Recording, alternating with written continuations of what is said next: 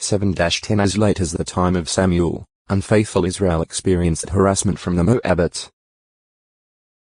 1-12. 9-11. During reigns of Saul, David, and Solomon. Difficulties with the Moabites continued for years afterward. Israel's first king, Saul, victoriously warred against them. 1-14. 47 Since the Moabites would therefore have regarded Saul as an enemy, understandably the king of Moab was agreeable to having the parents of David, the man whom Saul had outlawed, dwell at Mizpah in Moab. 1-22. 3-4. Later, when David himself ruled as king, there also was warfare between Israel and Moab. The Moabites were completely subdued and were made to pay tribute to David. Apparently at the end of the conflict 2/3 of Moab's fighting men were put to death. It seems that David had them lie down on the ground in a row and then measured this row to determine the 2/3 to be put to death and the 1/3 to be preserved alive. 2-8. 2-11, 12. 1-18. 2-11 Possibly in the course of the same conflict, Benaiah the son of Jehoiada struck down the 2 sons of Ariel of Moab. 2-23. 20. 1-11. 22 David's decisive victory over the Moabites was a fulfillment of Balaam's prophetic words uttered over 400 years earlier. A star will certainly step forth out of Jacob, and a scepter will indeed rise out of Israel. And he will certainly break apart the temples of Moab's head and the cranium of all the sons of tumult of war. New 24. 17 Also apparently with reference to this victory, the psalmist spoke of God's regarding Moab as his washing pot. PS 60. 8. 108. 9. David's son Solomon, however, disregarded God's law and married Moabite women who had not become worshippers of Jehovah. To please them, Solomon built a high place to their god Chemosh. Not until some 3 centuries later, during Josiah's reign, was this high place made unfit for worship. 1-11. 1-7.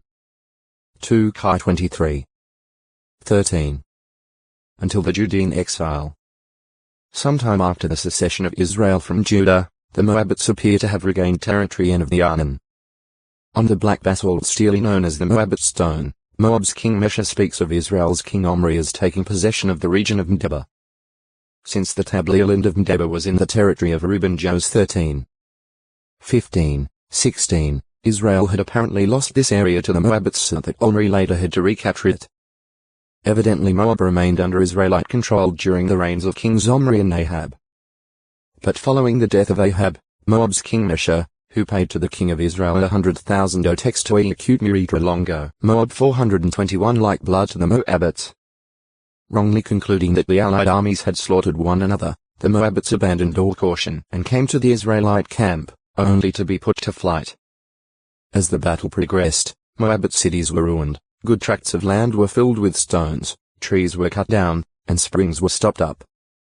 When King Mesha found himself penned up in the city of Kir-Hareseth with the battle going against him, he, with 700 men, unsuccessfully tried to break through to the king of Edom. Finally he took his firstborn son and offered him up as a burnt sacrifice upon the wall. For this or some other reason there came to be great indignation against Israel and the siege was abandoned. 2-3. 6-27. As this humiliating defeat did not take place on foreign soil but brought devastation to the land of Moab, reasonably a considerable period of time would have been required for recovery. So it seems likely that it was at an earlier date during Jehoshaphat's reign that Moab combined with the forces of Ammon and the mountainous region of Seir to attack Judah. By Jehovah's intervention the 3 armies turned on one another and destroyed themselves. 2-20. 1-22-24 Some scholars believe that this event is alluded to at Psalm 83. 4-9. Compare 2-20. 14 with PS 83. Sup. In subsequent years enmity continued between Moab and Israel. After the death of the prophet Elisha, marauding bands of Moabites regularly invaded Israel. 2-13.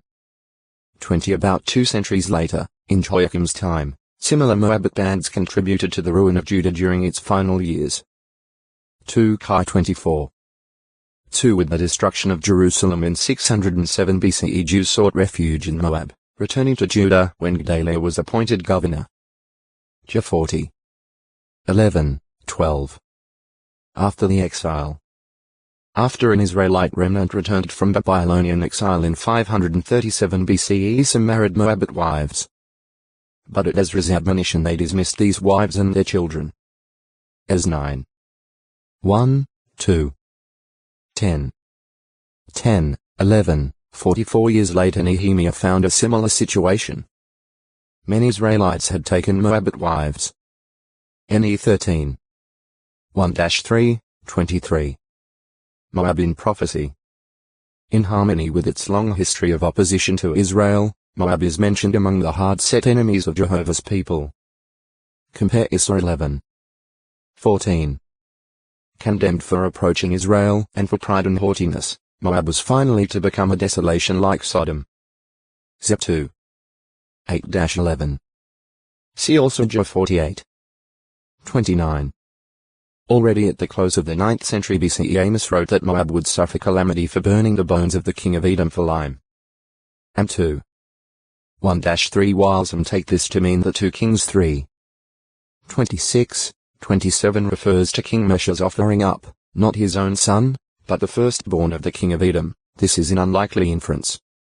One Jewish tradition, though, does link the event mentioned by Amos with the war waged against Mesha, and claims that sometime after this conflict the Moabites dug up the bones of the king of Edom and then burned them for lime.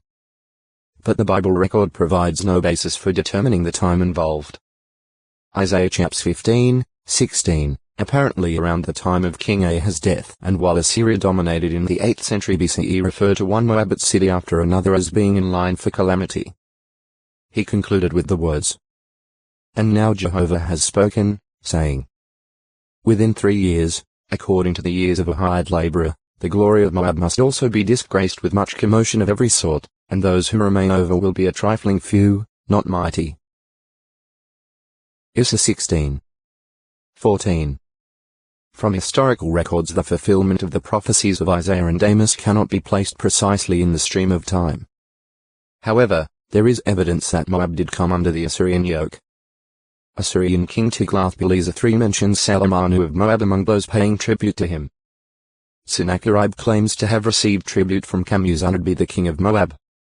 And Assyrian monarchs Esarhaddon and Otextoiakute Longo. Modia 422. Archaeological confirmation of the desolation of Moab, the Interpreter's Dictionary of the Bible observes. Archaeological exploration has shown that Moab was largely depopulated from ca. the beginning of the 6th century, and in many sites from ca. the 8th century.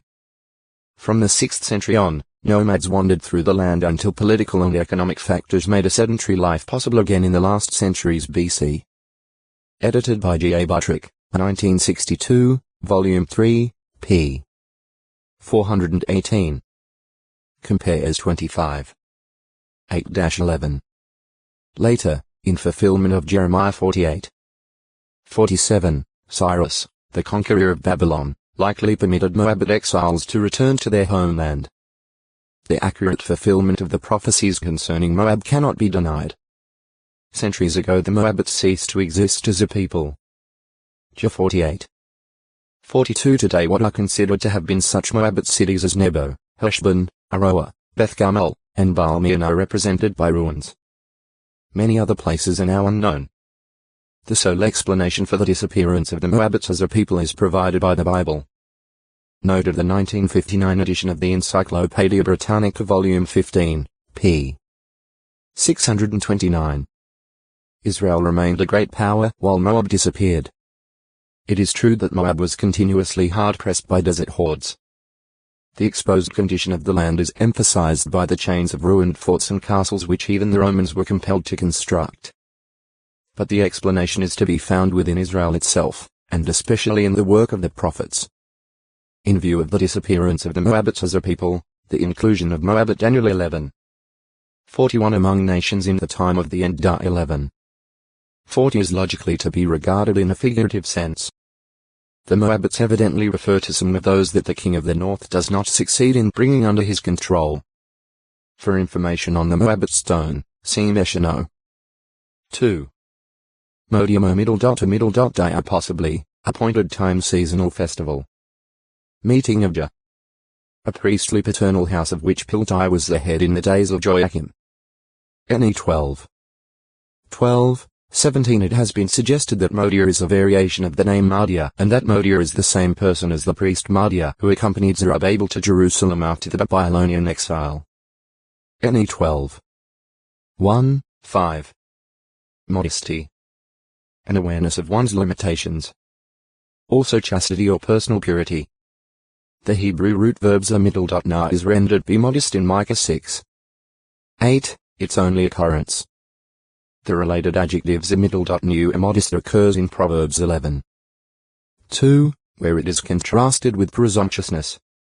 Although some modern scholars believe that the sense of this root is be cautious, careful, judicious, many take it to mean be modest. For example, the Hebrew and English lexicon of the Old Testament by Brown, Driver, and Briggs, 1980, p. 857 says that the root conveys the idea of one who is retiring, modest, or humble. Modesty is a translation of the Greek eidos. 1t2. 9 middle dot do is used in a moral sense expresses the thought of reverence, or respect for the feeling or opinion of others or for one's own conscience and so expresses shame, self-respect, a sense of honor, sobriety, and moderation. A Greek-English lexicon by H. Little and R. Scott, revised by H. Jones, Oxford, 1968, p. 36 comparing I middle dot do's with the more common Greek word for shame I middle dot skiani. 1 co 1. 27. PHP 3. 19. Lexicographer Richard Trench says that I middle dot do's is the nobler word, and implies the nobler motive. In it is involved an innate moral repugnance to the doing of a dishonorable act, which moral repugnance scarcely or not at all exists.